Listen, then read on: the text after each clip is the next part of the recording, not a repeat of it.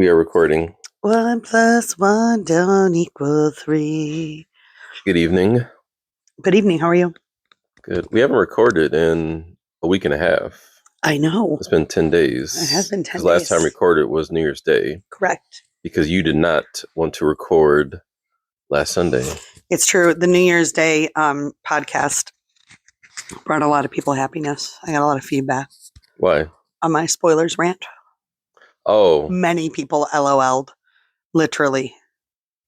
did they respond? How? Yeah, like people messaged me and said, like, this You is haven't my posted favorite. it in a while on their Insta. I know, I probably should. I get nervous that I'm going to have stuff in there that's going to make people mad. It's and too so, late. I know. It's 2026 now. It is 2026. We should bring our stuff out of the vault. I think it's time. Heck no. When you allow me to be a kept woman, all the old episodes can come out to play. So I think that we still have more in the vault than we have out of the vault. So we haven't crossed that barrier yet. But I think this year we'll get to 100 episodes. I know. If we keep up this pace by the summer. I know. We'll have 100. Well, after the summer, like in the fall, maybe. Yeah. We'll get to 100 episodes. Love that for us. Love it. Which is significant for a podcast. Yeah. So we should discuss. I feel like we're not growing our listeners, though. I feel like it's steady.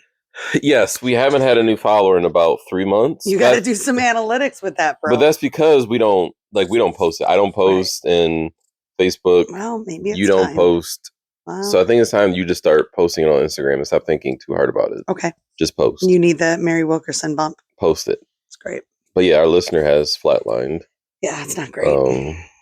So I would say our subscribers should share. Yeah.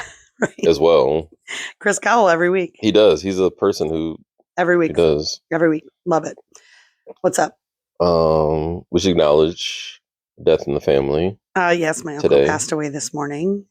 It's afternoon, like an hour ago. Yes, not this morning at all. We went and saw him today at 12:30, and then he died at 4:45. My dad's older brother. Dad's oldest brother. So it was a funny weekend because on Saturday, we knew my uncle had taken a turn for the worse this whole week, but my family, let's just air it out. My family has a tendency to exaggerate realities. Your family dies slow. Right. But they also are like, oh, he probably has a day to live. He probably has a week to live. And then the person will live 6 months. Right. So it's it's very tricky to kind of gauge reality. So last week they said that he wasn't doing well and he had taken a turn. But then when I went to the shower, my sister had a baby shower this weekend. First of all, I saw all my aunts, which was so awesome. I hadn't seen my aunts in a long time. Your mom's sisters. It's so hard to make time to see my extended family. We actually don't make time to do that. I don't have time in my life for it. It is, I think my aunts and uncles would all love if I spent a little bit more time with them, talking to them, even calling them. I just don't. It's not great. But what was nice is when I saw my aunts, it was so sweet that even when I say goodbye to them, I don't know if I told you this, I started tearing up and I'm it's just so sad that I never see you guys anymore. But there's also no solution. Well, they live out of state. For Claire, right. They live out of state. So one lives, not Aunt Marilyn. Aunt Marilyn's here. Correct. And she's come to our boys' football game. But the other ones live on the west side of the state and in Wisconsin. The reality is we just can't. I think I've settled into a place of life where we can prioritize our time right now. And unfortunately, extended family, it's just too hard to also include that. So anyway, but it was so sweet. And I was crying. I was it's so good to see you guys, knowing I probably won't see him again for another 6 months. And then you see him for a couple hours. But anyways. And so my sisters had said that my Uncle Danny really had taken quite a turn. And so we went and saw him today, me, you, and my other sister, Teresa. It was nice. We prayed with him, which was great. And that was at 12:30, 12 o'clock. And he passed away at 4:45. So I'm really glad we got to see him. Yes. And to me, the way God called him home is the way I want to go home. I hope to God I'm allowed to, live the way that Uncle Danny did. He's 81, you said. I think you're good at, you're good at ages. He was in his home. They brought a hospital bed in. Hospice was there. Yeah. Since this whole week, his kids and his wife have been keeping vigil with people coming in and out, praying with them. He had last rites, and then passed away in his own home. It's there's something so beautiful about that. And his wife was intentional. She said that. Yeah. She said she wanted him at home. She really did not want him to not be at home, but it was getting a little tricky. And so. Yes, because she's also older, so it's hard to give the kind of care that's required. Right. when it's just her. Yeah. But they had like someone from hospice coming. They had some care. Yeah. Coming by the house. But. Yeah. So there was something really beautiful about it. I told you, I think my family sometimes doesn't read me right with death. I don't get overwhelmed or hysterical by death, even when we've experienced like really hard death. I think like when our friends Jen and Ryan, or my friend Jen and her husband Ryan, died like 2 years ago, which by the way, that anniversary is just now. It was like this tragic situation. They had 6 kids. They were killed by somebody trying to evade police officers. And like, I would say we had them over like, I don't know, a month before they passed away. It was like January. Yeah. And they got to hang out. No, but we had them over for the Ohio State game. So we had them over Thanksgiving weekend. They passed away the first weekend in January. So my family had like hung out with them. Do you know what I mean? Their kids. Yeah. So when Jen and Ryan died, like everybody, they were calling me and they were like crying. Like my siblings were crying. My parents were crying. And I was like, they literally went to heaven together. Like how cool is that? And I'm not saying there's not tragedy, but to me, death can be really beautiful. Really beautiful. Even hard death. Do you know what I mean?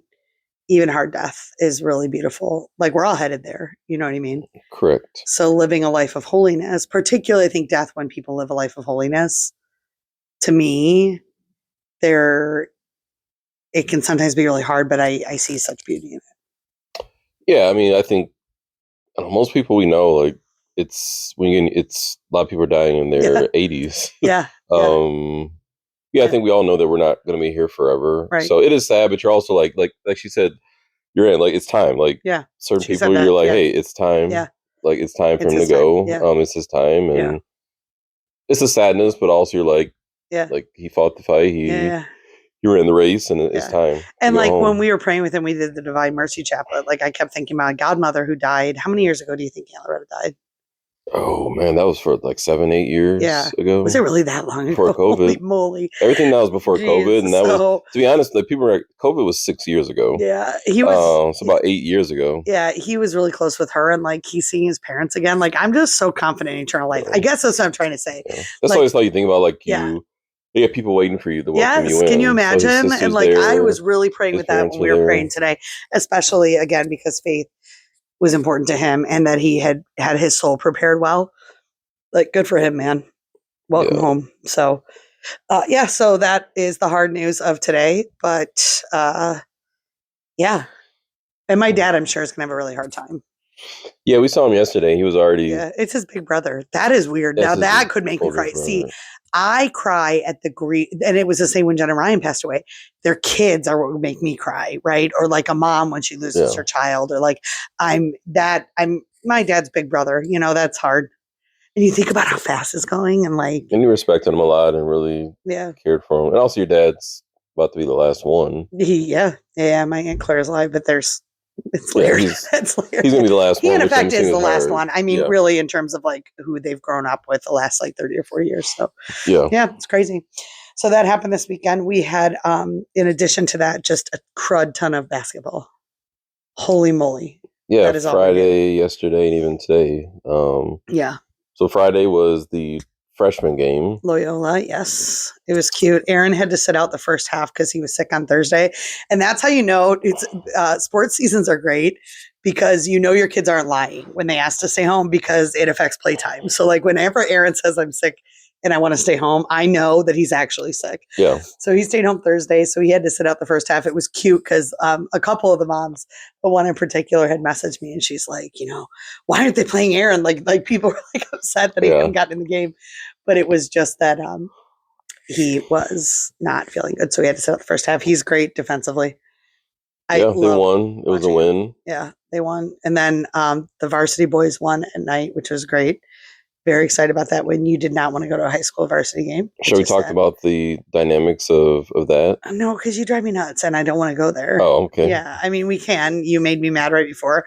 I had to leave the house. You didn't feel like it was important. It took you an hour to get pizza. So when I was going to be late for the game, I was like, never mind. And we just went through right there. Well, you weren't late for the game, though. I wasn't. Because the game started at 7:15. It started late, yes.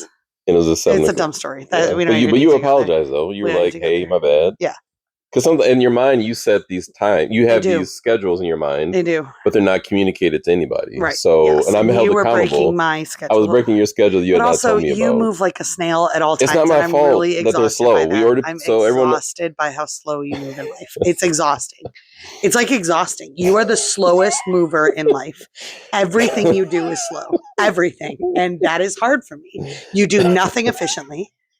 And then it's always like, oh yeah, it took Little Caesars an hour to make a pizza. I can show you the Somehow, screenshot. I don't believe it took Little Caesars an hour. I can show you the screenshot.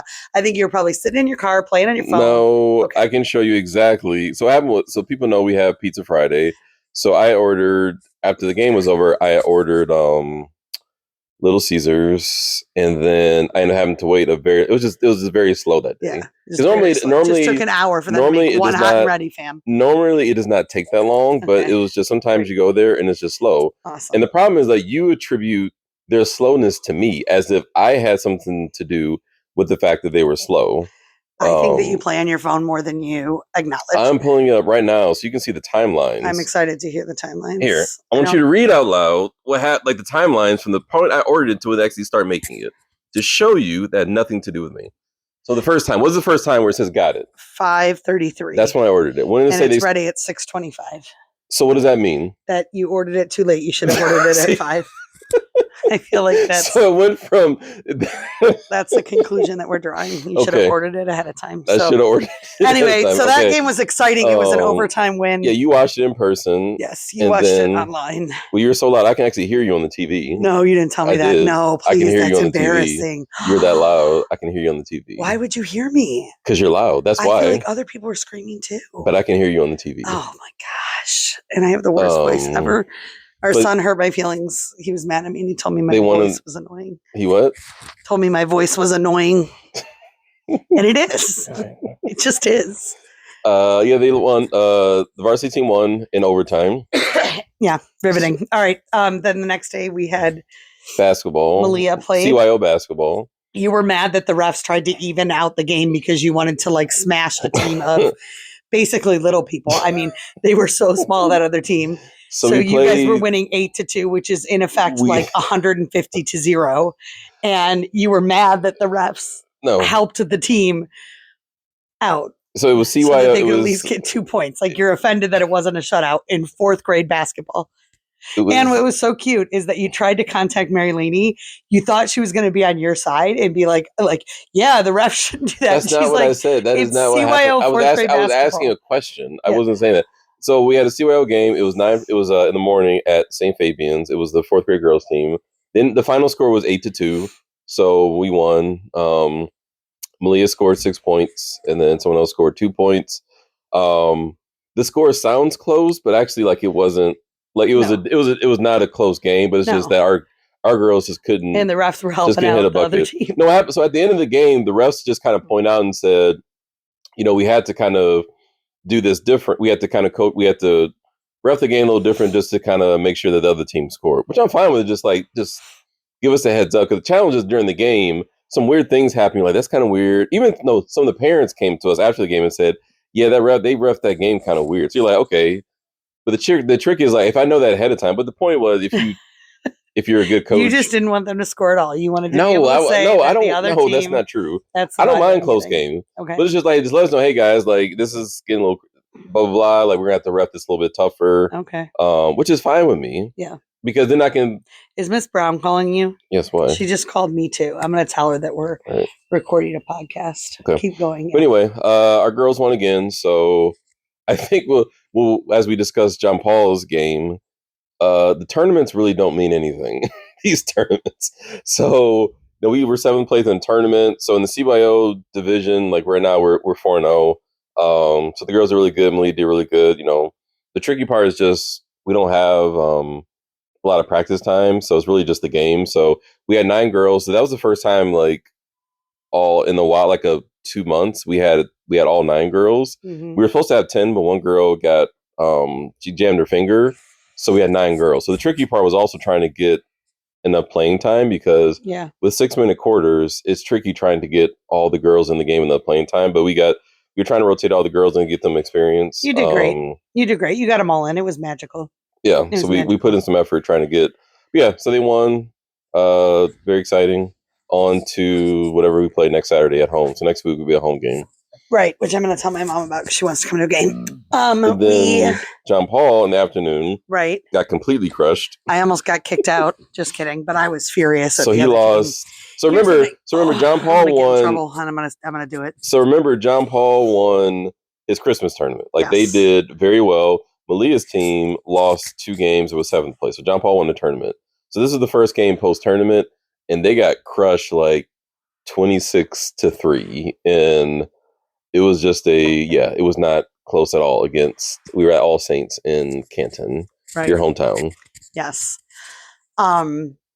Everything that could go wrong just went wrong. The team was terrible. I mean, they were so terrible. There's nothing to recap on the game, but I will say that I have a friend or two that maybe attend All Saints and sometimes say that they think DC is the worst in terms of sportsmanship and blah, blah, blah, blah, blah. And I will tell you, they had an 8-foot tall 6th grader who was amazing. I mean, this kid was good. He was doing backwards layups. This guy was good. I don't know what that means. He was very fancy and he was good. They were up 22-2, but again, the rest were probably helping us out. I mean, that doesn't even reflect. It could have been 65-2.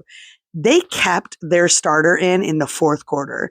And when he scored and they went up to 26 and we had 2 points, I literally was I actually took my finger and I shook it at the coaching staff of All Saints.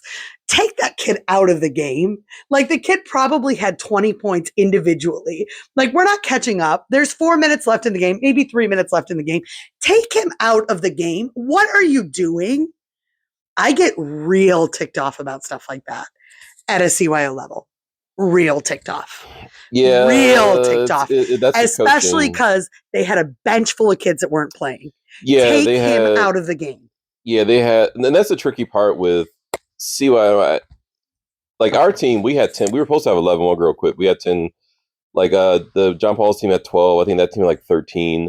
But yeah, I would think that's a coaching thing. To me, by the 4th quarter, with the game out of the way, you say, "All right, bro, sorry. We got to take you out of the game. You're going to sit down in the 4th quarter. Let some of the other kids play." Now, what's interesting is that we had a game last year. It was the varsity B team. I don't know if you remember. We were at St. Fabian. No, we weren't at St. Fabian. We were at maybe St. Hugo. It was far up. It's far up wherever we were. Maybe I forget what the place is called. It's a very fancy parish. And their coach got so ticked at our coach because the score there, I think, was 60-15. So we did it. But the difference was our coach was rotating kids in and out. I don't think you can tell kids not to score. I mean, I guess you can, but no, I wouldn't tell kids not to score. You certainly shouldn't be playing your one all-star who has 20 of your points so there's a difference there, right? Our coach was rotating. Their bench was sitting down watching this kid shoot hoop after hoop after hoop. So anyway, that's the kind of stuff. This is why I don't share the podcast on Facebook, though, because now I just went on a rant. It's against a particular school. I named the school. This is the challenge. Yeah, but it's not a personal thing, though. I don't know. No, I'm going to get in trouble. I'm not going to post this one either, just so you know. Why? We're not saying it's a basketball. Because I named the school. Anyway. I can name a lot of schools. Yeah, so a lot of interesting sports weekend. Yes. Another one in the book. So John Paul got crushed. He was sad coming out of the game after the game was over. Okay, here's the other thing about me that I didn't realize. He played super crappy, and he played with 0 heart. And so instead of being good game, bro, I was what the heck was wrong with you today?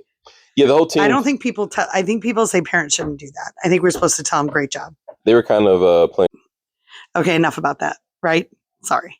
That's fine. Sports. Great sports. What else is going on? What else is going on? Should we re-record this since I just went on a rant on another school? No, we're not saying anything negative. It's nothing to do with the school. It's not a personal thing about the school. Okay. We're talking about a particular team and something you observe and about a. I'm sure every team can fall victim to that when you want to win. That's Correct. It. All right, what's up next? What's on your agenda next? That's not going to get me Should we talk about March for Life coming up? Yeah, the March for Life is coming up in Washington, D.C. I don't know how much we have to talk about that. I don't have a lot to talk about. Your son read a mass. Little Aaron read today a script. It was cute. It reminded me of the times when I was in youth group and I used to read in front of the parish.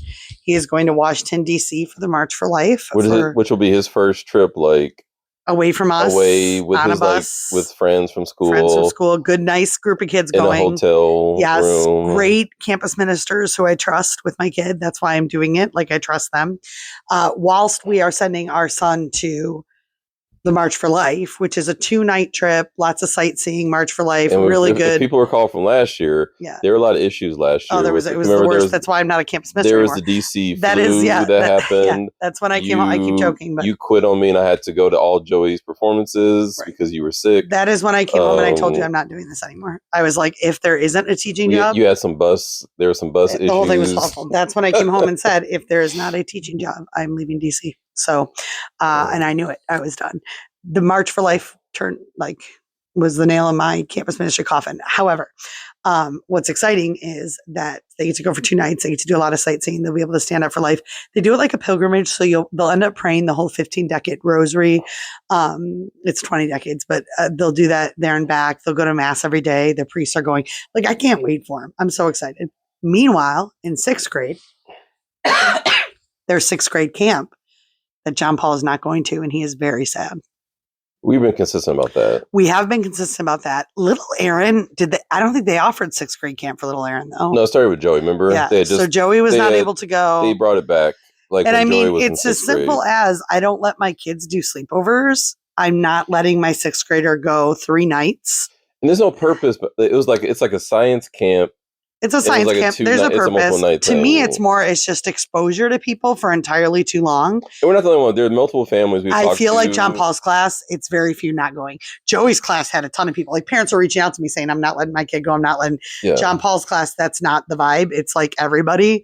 Yeah. And I do feel bad for him. But I told John Paul, and he was so sad, but I said, this is a parenting decision that I am so confident in. You could not change my mind. Like, my kids do not go away with other kids at that age. Especially at the 6th grade. Yeah, at the 12-year-old they're still super level. Impressionable. When Aaron's 15. And a lot of these kids have phones. Right. And I doubt that these phones are going to be collect. Yeah, they collect the phones. To be very frank, I mean, I think our values are pretty different than a lot of the world's. Even at a Catholic school, morality and ethics and things like that, it shifts. And I think it is developmentally appropriate for my 9th grader, who will be turning 15, to be with people and learn how to kind of manage his way through different thinking. I don't think it's developmentally appropriate for 6th graders, so I'm not putting him in that position. And there's no I just don't think there is purpose. No, I'm not talking about. I'm saying there's no need for him to go to science camp. Like, it's like an extra nice to have. But like, if he was like, hey, I'm really interested in science and doing this stuff, I think it's just like, I just want to go because my friends are all going. March for Life, you have to, because it's a mission focused pilgrimage, and they're going to DC. Well, and we let them do Camp Sancta Maria, but that's because I know the director. I know they're doing a holy hour every day. I know they're doing a rosary and a mass every single day. Like, this is like a pilgrimage. Like, it's different. Well, that was part of why we didn't let Joey do it, because we said they're already doing Camp Sancta Maria. Like, we don't need to do all these. They don't need a camp experience. Yes, they don't need to do all these different things. They already do the 2-week camp, so there's no need. So one is going on an adventure, one is not. We are about to make a decision that you are not aligned with. I can tell you're not aligned with, but it's happening. Our eldest will get a smartphone in the next 2 weeks, which is something we have delayed perfectly, in my opinion. Actually, I think we've executed this perfectly. I think it was going to be on his sophomore, 16 is what we originally said. I started to feel like 15 would be more reasonable about a year ago. And then what I ended up telling him, because I didn't think he was going to do it, is I said, if your phone is on my dresser every single night for 90 days, I will give you a smartphone. And he did it. And now he has a habit of bringing his phone up. And so I'm excited for him to get the smartphone. You feel differently. You're like, you would keep him in the Gab phone forever. I'm excited for him. I think it's the right time. It's still going to be locked down, though. Like, there's still going to be very limited about what he can do. So it's not like when you say smartphone, it's not like he's getting full reign of everything. No, but we joked. So they send out a basketball schedule every week. And you, Aaron, you were like, well, he can read it already. No, he actually can't, because the basketball text comes through, but then you have to click the attachment with the basketball practice times. He can't click an attachment. He can't, I'm just excited for him. I think it's the right time. I feel like he's at the right maturity level to give him a little more access to the digital world while still being very guarded. So I'm excited for that. He's excited for that. You've got your grumpy face on. You're not excited for that. I think you would have held to 16. I think it comes across. I think there's still some entitlement sentiment there. Yeah. And if there was behaviors that I saw from him, I would be more inclined to. But there's still some behaviors that are not there for me. But alas, in particular, the school. Well, it's because there's like we're still like the social media. He's still not going to have that. Right. Like that was like 100%. Like that's not because I disagree with you on that. I would give him Instagram too, but you will. He's not ready. Sorry, he's not ready. Yes, it's not happening. Yeah. I acquiesced to you and you acquiesced to me, but he's getting a smartphone. So that's exciting Wilkerson news. Anything else you want to talk about today? I feel like it's a light week. Well, your uncle died. So that's no, I mean like it's a light week on the podcast. Well, we just started. Like school just started back up. Yeah, I mean, all I'm saying is I don't have anything to like. Why are you complaining? Our life is boring to you? I have nothing to reflect on the podcast. Our life is boring to you? I have nothing to reflect on the podcast today. The March for Life parent thing is tomorrow. Yep, you'll be going to that. You'll be going to that. You'll be going to that since you ran it, so you know all about it. You will be going to that. Should we talk about world news? I feel like there's a lot of world news going on. I thought about it. We can do a lightning round. Let's talk world news. A lot of this I don't like. I would say much of it I know nothing about, like from a global perspective. Let's go. Iran's on fire. I don't know anything about that. Okay. They're trying to overthrow the government. I think the United States is helping a little bit with that. That's exciting. Well, we ousted Venezuela and Let's talk about that. We kidnapped a world leader. Let me tell you something. We probably feel differently. Not just that. Like, I don't think people realize it took them a couple hours. We just went in there, grabbed their president's wife, and then took them out. What was this meme that I showed you? Something like the Stranger Things. Will coming out on Stranger Things was longer than us kidnapping the Venezuelan president. Like one took like 25 minutes and one took like 23 minutes. We just gave him like a sweatsuit and some water and said, all right, jump on the helicopter. So you and I probably feel differently about this. I don't think that's a good global look. I don't think it should have happened. I think it makes way for people to do that in the future. However, we have history of doing things. I understand. This is not the first time. I understand. Not like let me jump into your country, steal your president, bring him back to the United States. That is a new thing. I will say to you that I don't think it's the end of the world like those on the left think. I just think it's not a good idea. It's not a good look. I don't like it. I think there's a history on both sides of our country just going in and doing things. I don't think we should steal people's presidents. I don't think we should steal people's presidents. The other thing is that's annoying, and I think you admit this, there's cartel everywhere. Like the actual issue is that we want their oil. This is not a thing about the cartel. This is not an actual, like, you're not making a moral stance here. And I hate so much that the most rigorous right-leaning people can't admit that. This is about economics. It isn't a moral choice on Trump's behalf. My thing is always both sides. I think that neither side has a moral majority of it. I think that when it comes to policy, both sides and presidents on both sides have done like crazy things where you're like, well, just admit what he's doing is benefiting our country economically. That's why he did it. He didn't do it because he's so offended by drug use. Give me a break. Anyways. But I think we have to be tricky because there's also people, I say tricky because people are complaining like, I think there's stories about even Venezuela, people are actually from Venezuela actually being in favor of this. Like, but then the left will say that no, that's all like what do you call it? Like AI developed fake celebrations. It's not. So I'm saying like it's not like I think we act like it's just like we shouldn't do this, and it's like but we don't know the full story about. Sure. I'm just saying from a constitutional perspective, I don't think it's a great idea to go kidnap presidents. I think that's a fair thing to say. Like it's not a good look. It's not something we should be in the business of doing. I wish he hadn't done it. Whatever. But that said, I don't know enough about it, so it is what it is. Second. Yeah, I live in a bubble when it comes to global politics. No, this is even harder, so we got to talk carefully. I mean, I don't think we have to talk carefully. Who listens? But 100 people listen. Situation in Minnesota. Let's just take a moment. You're talking about the ICE agent who killed a civilian in the face and killed her. Have you seen the actual? The tricky part is I've seen it from all the angles. That's the thing. I have not watched it from all the angles. So my opinion is limited. But the challenge is. People talk about this without watching the actual footage. No, people watch it. They just watch edited. Here's what I will say. I talked to a police officer who I trust, and I said, what is your hot take on this? Is he your brother? No. And no, actually he's not. And I kind of bothered him, but he was gracious. He said that in their department, the Dearborn department, they are trained not to go anywhere near cars in the front. They're like, it's actually part of training. You're not allowed as a police officer to be in front of a moving vehicle or a vehicle that could move. And he said, unfortunately, the feds do not have that rule. So he said, first of all, this shouldn't have happened in the first place because the officer should have never been where the officer was. I thought that was a really interesting nuance. Like, don't go in front of a car. Number two, my ultimate take is that it is not a fair expectation to expect law enforcement officers to stand still and do nothing whilst you are hitting them with a car. So, well, people need to recognize, and it's always the case, like, their training is like what you think they should do is different than like how they were trained and how human. Because everyone's like, well, they should have shot the tires, or shoot him in the arm, or like shoot him in the arm, or shoot in the leg. It's like that's not how they're trained. Right. There was a video I shared you of a sheriff. I think some of that is just it was just a reminder of if you go after like. Even if like there's a semblance of you going after like federal, even like police officers, like you are going to get shot.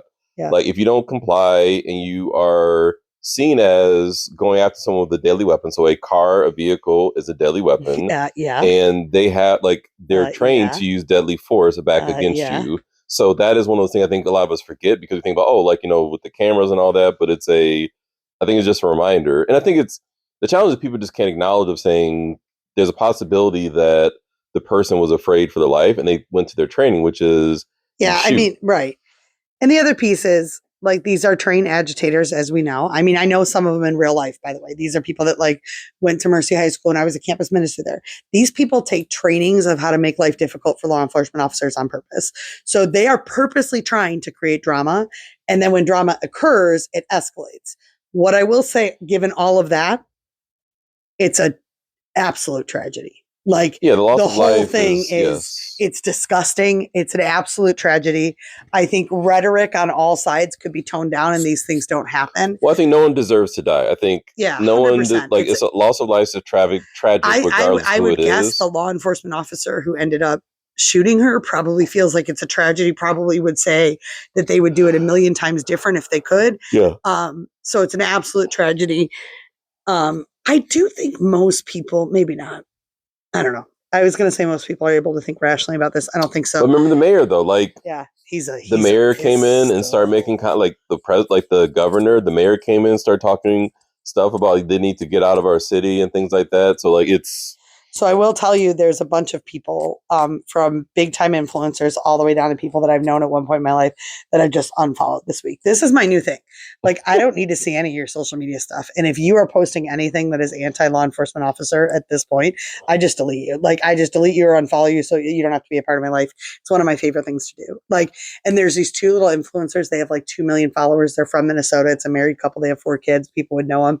And I just unfollowed them all. I don't need to listen to your opinion. Actually, your opinion means nothing to me. Is how I feel about. Well, I feel like law enforcement is exactly. It's a very complex thing where lots of Monday morning quarterbacking. Correct. The law enforcement but people officers. Forget that if someone is robbing you or someone is threatening your life, you're going to call law enforcement. You're not going to be like, well, you're going to call law enforcement. You're going to want. But again, I find it to be tragic. I think it was it was like an excess of use of force. And I think it's so sad that happened in the first place. But at the same time, that's what I said to you. What is the expectation? Did we expect that he should have just been hit by the car, like passively sat there while he got hit by a car? I feel like that is an unfair expectation for law enforcement officers, whether they are ICE or police, because they can lose their life in the second. Like it's, but nobody we've seen those tragedies around. A police officer, like a firefighter, a police officer, like doing something, just getting like shot. Wild times. All of these things just make me want to cocoon further into my own home. A meteor fell. Did you see that? I didn't hear about that. Yesterday. Where? It was seen from Dundee, Michigan. A significant sized one. I'll show you the video. Where did it fall? Outside of Dundee, Michigan. Was there a monster that came out of the meteor, like Perhaps Cloverfield? That's such original Cloverfield. We should let our kids watch that. I think we did. We did watch that. They got too scared. Did they turn it off? I think so. Original Cloverfield is like nothing else. It's so good. I couldn't even breathe watching that show. It was so good. So it could have been a large monster that came out of the meteor. One can or did it hit someone? They got mad like superpowers. Who knows? Okay, so do we have anything else on a global scale? I feel like speaking, not noble, but I would say if we're talking about Minnesota, Minneapolis, we need to talk about daycare centers in Minneapolis. I thought you were going to talk about Bruno Mars. I don't know why. No. You won't. You won't bring up Bruno Mars in this context, crazy. Just so you know. I'll bring it up, but you won't. You don't want to talk about it. No, we can't because I can't read his lyrics. I think we already talked about the daycare centers. I don't think we did because it's like in the past week. But what are we going to say about it? There's nothing to say about that one. It just is what it is. It's another thing of just like the left and right. Like it's like it's okay to acknowledge that there's a possibility that there was fraudulent things. Like if someone brings things to you, it could be, hey, you're right. There could be a chance that there's some shadiness going on. Yeah. With daycare. With daycare with the name spelled wrong, and there's like all the doors are locked. You can't call the number. There's no kids there. So I will tell you, in cities right near us, there are many like not fancy looking daycares in strip malls, and it was so funny because my girlfriend and I were both like, "These are 100% coming under investigation next." Like, what is this boy's name? Oh, Nick Shirley. Nick Shirley is going to be in the Metro Detroit area soon. They're uncovering so many businesses. So there's the daycare. There's also the autism thing where. Yeah. Like there's tons of like these autism centers in Minneapolis, like way more than there's like the population of actual people who have autism. So that's medical drivers, didn't you say too? Yeah, medical drivers. Like, so, but the question someone had is like who like there's someone else who also is part of this. Like it's not just the community. Like someone could be also involved, like trying like helping all these people with all this fraud potentially, and the money is going somewhere. So there's some interesting questions about like. There has to be also a third party in here, like enabling all this, like helping people, training them how to do this stuff, like the accounts where all this money going. Right. Fundamentally, I don't think it's a surprise to any of our listeners that fundamentally, I am most certainly a economic conservative. And just this ideal that we are raised that your government should be providing only what is necessary. So the other thing I thought was really interesting about this is like, and this is very controversial to say, like, why are we even in the business of like subsidizing daycares? They're like, do you pay your grandmother to watch your children? Like, and I know that there's some things that are good for society, but ultimately I think that our government programming should be, this is my belief, ultimately. And I actually think it does square away with Catholic social teaching. Government programming should be a safety net and nothing more. It should not be a lifestyle. It should not provide a level of comfort that can be found through work. I think it should be a safety net, and that is it. I think there's a dignity in work. And so I think some of these things, when you're talking about the kabillions of dollars, that's too much, millions of dollars through all these like pretend companies that are just grabbing federal funds. Why are we even giving federal funds for these things in the first place? And I think it should be okay. It should be a bipartisan issue to acknowledge fraud. It never would be. And acknowledge never theft. Would be. Never like fraud is fraud. Theft is theft. Many of us on this podcast who listen and us like are all taxpayers, and there's people who are doing shady things to get our tax dollars, and that should just be like fraud. Yeah, it should be but like, brother, hey, you're saying fraud. That too, like fraud is fraud, theft is theft. Like to me, and this is where I have a really hard time with the immigration question. To me, it is so black and white. Those young men, old men, and women who are in this country legally and who are not. I don't understand why it is controversial to say if you have been in this country illegally for 20 years, you now have to leave. I don't even understand why that is a controversial thing to say. Because there's a sense of like it's the sense of morality, and then people will say to you, "How dare you? Like, aren't you a Christian?" But that's what I'm saying. But this is, I think I'm somebody that's pretty rooted in a good understanding of Catholic social teaching, a good understanding of Catholicism. I don't think it is a moral wrong. And I'm going to cover this. I don't think it is a moral wrong to say if you are in this country illegally, if you've been in this country illegally, particularly if you have any law cases against you, whether that is a speeding ticket, you need to leave now. Now we're cleaning up the system. We have to separate the two because No, because that's what's happening right now. But then a lot of those, you're talking about the daycare thing. A lot of those people are illegal. So those are not all illegal immigrants. Oh, no. The only reason I'm trying to make sure we separate the two. 100%. I'm not talking about that. What you're saying is theft should be theft. Stealing should be stealing. We should be able to agree on that. I don't know why we can't agree that if somebody's here illegally, I'm saying it is okay to ask them to leave. That's a separate thing. Yeah, but what I'm saying is, but now that being said, I don't think the right does itself any favors when they act like everybody who happens to exactly murderers and rapists. They're illegal aliens and illegals is how we refer to people. There's a dignity in which we can talk about people and say it is tragic that Tom has been in this country illegally for 20 years and has now been caught and needs to go home. That is tragic. And yet Tom has to go home. And we have a right to say that. Two things can be true. Yes. Right. You can say that it is sad that a lot of it is someone was brought here illegally. They were raised here. They were there's stories about that. The guy got married here. His kids are citizen, but all of a sudden he had to go. He had to get sent back. I know. He doesn't know anyone in the country he's from. But you can say that two things like that. That is sad. That is a tragedy. But also, we're a nation of laws, and we have a right to do that. We have to enforce laws. And then I think to your point, though, the fact that it could be unjust law. I think you can talk about unjust laws, which we've had unjust laws in this country. I think the challenge is, though, it's like you said, there's no such thing as bipartisan work anymore. Because ideally, what's going to happen is you're going to sit together and be like, we just need to really commit as a country to figuring out a quicker way to be able to gain citizenship. We need to be able to we need faster path of citizenship. Yeah. We need to look at some of these people who were let into the country freely by particular administrations, and now they're here and it was fine and now it's not fine. And we need to come up with a solution. But that's never going to happen because we can't do any bipartisan work. So unfortunately, one side screams in a super inhumane way. The other side acts like you're not allowed to say you have to be in our country as a citizen. The whole thing is wild, honey. Yeah.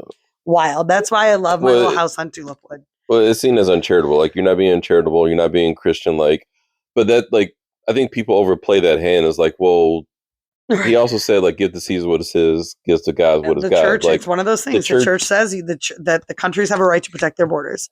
Correct. And then the church says that people need to be treated with respect and to welcome the stranger. We have to figure out what that means then.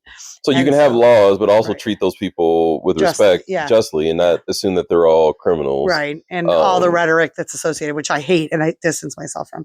I don't ever talk about these things anymore, particularly on social media. So it's interesting that we're putting on a podcast. Let's talk about Israel. Yeah, let's talk about Israel. That you and I will not do.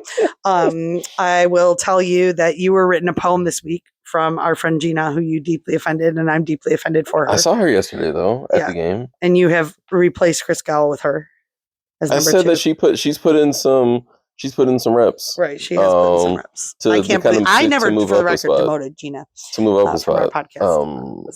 So it's all effort. To me, if you want to get in the top spot, it's all about effort. Put it in Listen some to work, this man. Listen to this man. Listen to the number one fan's the number one fan for a reason. They put in some effort. So the top 3, they put in some effort. I think what we said was there are a lot of people who I think have been listening since the beginning, but they're kind of in the shadows. We don't know about that. So they're like, what about me? I'm a top listener. Meredith Sikowski. But it's hey, Meredith we need some love. There's so many names. You got to reach out. You got to. Polly reached out to me today and said she's catching up on our podcast. We got people. Yeah. We got people. I know. We just need to know, though. We don't know you're out there. We need to know that you exist out there. All right, brother man. You have to go get dinner for the children. What's coming up this week? Anything interesting? More basketball. Basketball. I have a nerd event Wednesday. Monday is the March for Life meeting. There will be funeral. There's no school. There will be There's no school on for Friday. Sure. We will definitely be doing funerals this week. I can see if the boys are going to volunteer on Friday. Yes. If they're not, we're all off on Monday, which maybe we'll take down Christmas. Christmas is still up, live and live in color. That's a good next Monday. I'm off too next Monday. Yeah, let's take down Christmas next Monday. Because technically Christmas is all over our house. We've not packed a thing. So, but luckily we didn't put any lights out, so I don't feel bad outside. It's more internal thing. There are lights out. You're wild. I'm in all the blow ups and all that stuff.